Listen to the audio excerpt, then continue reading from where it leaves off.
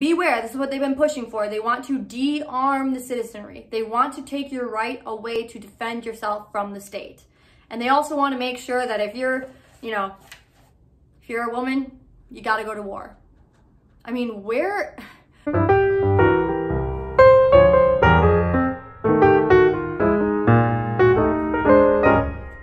Hey everybody, and welcome back to another episode of Tea with Tayler. As always, thank you for joining me. I hope my content brings you some value. If it does, please consider sharing, and subscribing. So in this episode, I want to discuss the recent bill that passed the House, the National Defense Bill for 2022, as well as just bills in general. So if you didn't know, this bill that passed the House and about 100 Republicans voted for it as well, it was over 1,300 pages long. How on earth do the people voting for these bills know what is in these bills? It's unacceptable. It's unacceptable that our representatives in the House and the Senate, our legislator that are to write the laws that we then have to abide by, think it is okay for them to vote on a bill that is hundreds of pages, and in this case, over 1,000 pages long.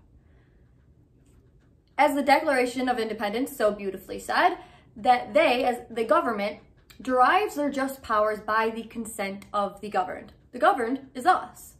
That is us giving them consent. How do we give consent to a bill that is hundreds of thousands of pages long, costing billions of trillions of dollars? There's no way that we can consent to it. And of course, we elect these representatives to then vote on our behalf, but we don't even know what they're voting for. They don't even know what they're voting for. Not only do they're not able to read and comprehend the whole bill, they don't even write it. It's written by lawyers and lobbyists and then voted on by the ignorant, compromised politicians. And then they package it to us that it was urgent. They had to vote on it, because if they didn't vote on it, put this catastrophe there would happen. So we just have to accept it, that they had to vote on this hundreds, in this case, 1,000-page bill that will cost us, God only knows, because blank. And it's like, no, maybe in our case, Republicans, don't vote on it. You shouldn't vote on a bill that you don't even know what's in it. And you shouldn't compromise on things because you have to, or else this will happen. That is not how we are supposed to be governed. For one, it is supposed to be difficult to pass things. That's how, when they orchestrated our Constitution, which took many years, it was to resist the easy legislation and putting further and further more control over the public. Our Constitution is to limit the power of the government, not the people. Yet these bills definitely hinder our ability to do something, and it costs us, if not, it actually always costs a lot of money. It'll cost us a lot of money and our freedoms. And when they were coming up with it, when our founders were coming up with our Constitution, I don't know if many of you may know this, so we declared independence in 1776, but our Constitution wasn't written until a decade later in 1787, and it didn't put into effect until 1789. So it took many years in deliberation and debate to come up with our Constitution. And among that, during the time of deliberation, the states or the commonwealths were debating amongst themselves. And I really liked this. In the Pennsylvania Constitution in 1776, they put, all bills of public nature shall be printed for the consideration of the people before they are read in General Assembly the last time for debate and amendment. So bills are to be written for the consideration of the people. The people are the people that they represent. The people are the ones that give them consent on how they can govern us. Do you think a 1,300-page bill is written for consideration of the people? It's unacceptable. It honestly frustrates me that they think that this is okay. We have these omnibus bills that are a deliberate infringement on our rights as people, our right to be knowledgeable of what laws and regulations that our government is passing, to know if our rights are even being respected, to know what laws are being passed, and, and how much they're going to cost, because we pay for it. And not only do we pay for whatever it is that they pass, we pay for the politicians who pass the bills, and then we pay for the government officials who have to enforce the bills. And the more rules and regulations and laws and bills that are passed, that means more laws to be enforced, which means more enforcement from police, which means more police and citizen confrontation. You see how all of these are tied together and impact one another. And I believe it to be insulting that our representatives think that it's okay and that it's so normal now for them to pass bills that are so long in length that we don't even question it. We don't even bat an eye. It's just the means of business nowadays. And it's totally unacceptable. Hundreds of pages, if not thousands of pages, hundreds of rules and regulations, new laws means new enforcement, and at a small cost of only maybe a couple billion to $1 trillion, courtesy of the American taxpayer, which is us. So this would be my proposal. Now, I'm not in the government, thankfully, but I think it is important that something should be passed on how they can vote and how these bills can be presented and the length to which they can be, how long they can be. So I would have each bill can be no longer than 10 pages long. Each section of the bill can only be 1 page long, and that they have to be presented and available to the public 72 hours before they are voted on, so the public can have visibility and knowledge of what their representatives are voting on and a say in what they are voting on. And then we know that our representatives that are voting on these bills know what's in them. They don't know what's in a 1,000-page bill, and no one's going to convince me otherwise.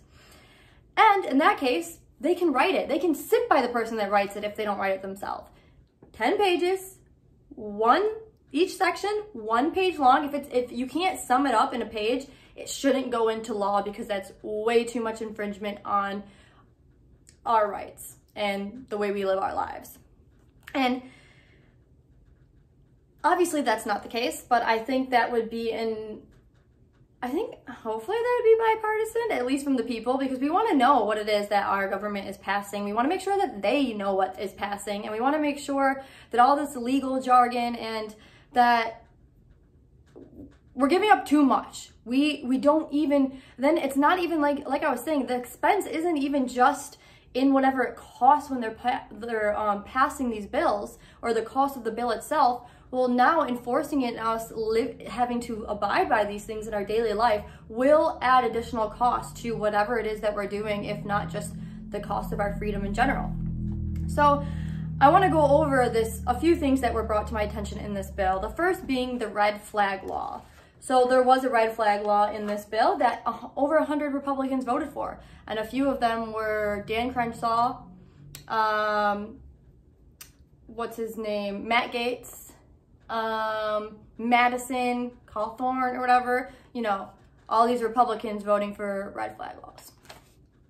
So red flag laws was in the bill, and it's on page 297 of 1,300 pages. I had to find an article to figure out where it was and then search for it. And so it says restrictions on access to firearms. Like I said, 297 of the bill.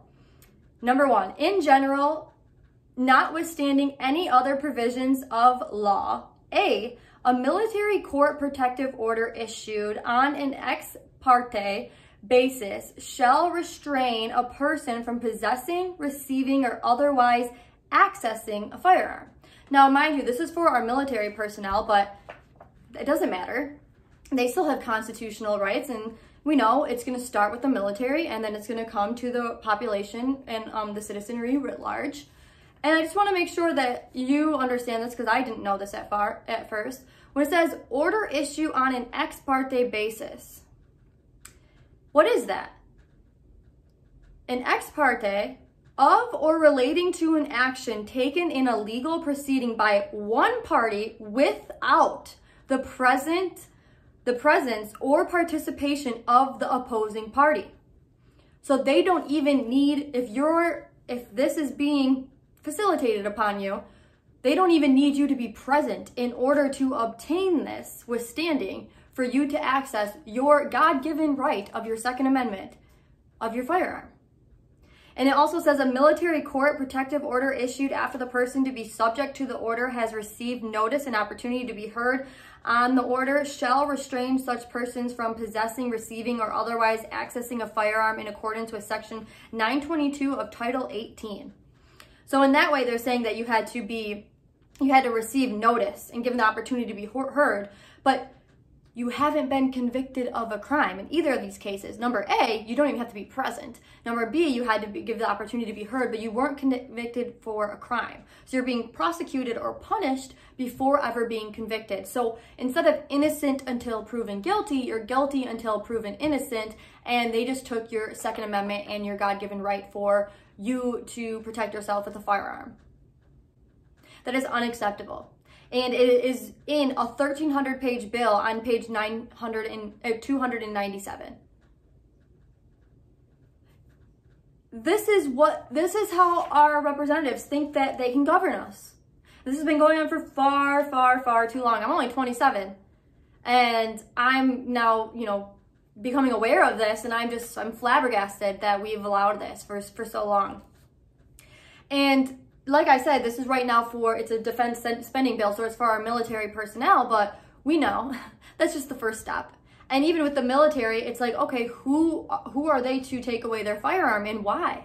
Is it because the same with the people that aren't accepting mandated vaccinations, that they are going to be discharged from the military? And now that they're discharged from the military, they're going to not allow them to access their firearms because they're honorably or dishonorably discharged. They didn't obey orders. So if you don't submit to the government and what they want you to do, you can now have your ability, your right to a firearm stripped away from you. And we know historically and definitely today, many of these things will be wielded against political adversaries. So if you voted for a certain president, if you attended a certain event, if you don't get vaccinated, are you then going to have these rights stripped away?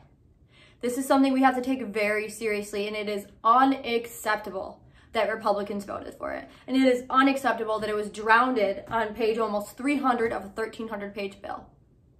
It's incredible. And now let me just read you our Second Amendment for you, because obviously our rights were given to us by God, not man, meaning not our government. So our Second Amendment, a well-regulated militia being necessary to the security of a free state, the right of the people to keep and bear arms shall not be infringed. Shall not be infringed. It is this amendment, which is why it's number 2, it is to provide us a safeguard against our government. Our founders were in the process of a revolution against the largest world power at the time. And they knew the importance of being able to defend yourself against the government. And that doesn't mean, like, there was not to be any regulation that you couldn't have the same military equipment as the government. You were to have the equipment of the government, because it is to keep and secure a safe state. Sure, it's for a personal safety and you want to defend yourself, but the specific reason, which our founders understood, was to defend ourselves from the state, the government, and it shall not be infringed.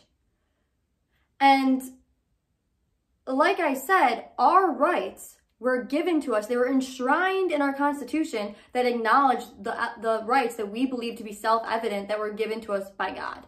And that is our right to protect ourselves and our right to defend ourselves from a government, and a tyrannical government, ever increasingly so. So not only was there red flag laws in that bill, which is those representatives, those Republican representatives need to speak for it, and the voters need to take note on that. They also included women in the draft. So I know, like, this new feminist movement that women and men, we're all the same. What's the difference? What's biology? It's just a figment of our imagination. I can't keep up. But now, in fairness, now, in fairness, in equality, in the name of equality, women will have to go, they will be added to a draft if we were to ever have one. So this is page 225, that of military service, section 3 should be amended, and it says expanded registration to all Americans. Section 3A is amended by striking out male citizen and inserting citizen, by striking out male person and inserting person, by striking out present himself and inserting appear, by striking out so long as he and inserting so long as such, is amended by striking out enlisted men and inserting enlisted persons, by striking out race and color and inserting race, color, sex, or gender, by striking out enlisted men and inserting enlisted persons, by striking out accrue to him, inserting accrue to such, by striking out other than wives alone, except in case of extreme hardship, by striking wives and children and inserting spouses and children. They really just wanted to add us to the draft, given that we ever had to. And in the beginning, I didn't say this, but regulations prescribed pursuant to the subsection shall include methods to convey to every person required to register the obligation for military service in the event of a military draft. So in the event of a military draft, women would be expected to be drafted given this, because you can't put men, you have to put persons to be inclusive. Well,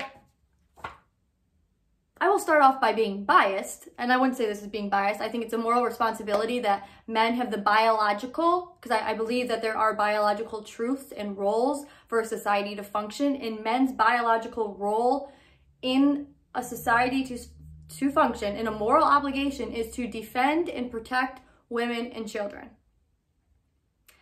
I don't want to go on a draft. Now, I hope we don't go to war, and I hope there's no draft, but like, I'm not trying to find a draft. So you feminists who want, like, you guys, can you sign up on my behalf? Because like, you're not speaking for all women, because no. And you think China and Russia aren't smiling ear to ear like, oh, America wants equality even in their military services, that like men and women have the same representation? Because bear with me, biology is real. Men are stronger than women, and they should be the ones to fight. They should be the ones in our military. Now, if a woman wants to volunteer to be in the military, good for you and thank you for your service. But overall, our military should be men, and it should be strong, competent men. Just like when because, you know, GOP, like world politics, if we had to go to a war with China, or if there's things like Russia or anything, they are putting their strong men to fight.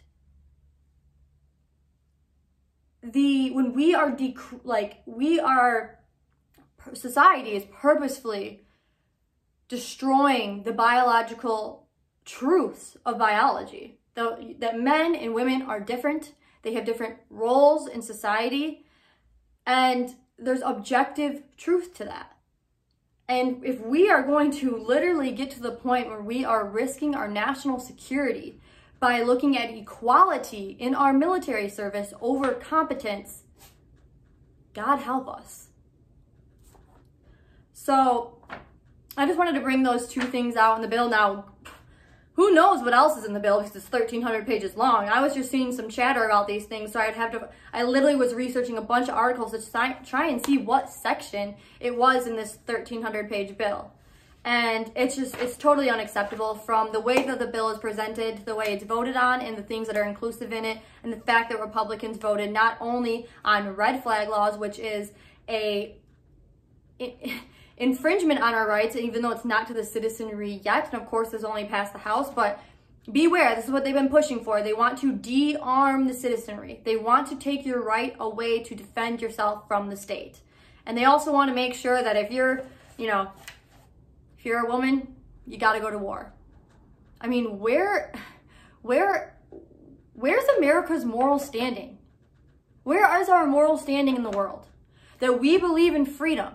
We believe in the right to say what we want, to freedom of speech, to defend ourselves with the Second Amendment, that we have the right to protect ourselves and it shall not be infringed, that we have the right to bodily autonomy, to choose what we put into our bodies, that we have the right to run our businesses as we see fit, that we have the right and the moral obligation to defend women and children in our society, and that men are to be our protectors and leaders. We have gone astray. We have lost ourselves. This is not only a battle of ideas, it is a battle for the soul. And man, I know a lot of you guys think it's inconvenient. You don't really want to think about politics. You think I liked researching this for hours, trying to figure out what was in these bills? You think I enjoyed this? No.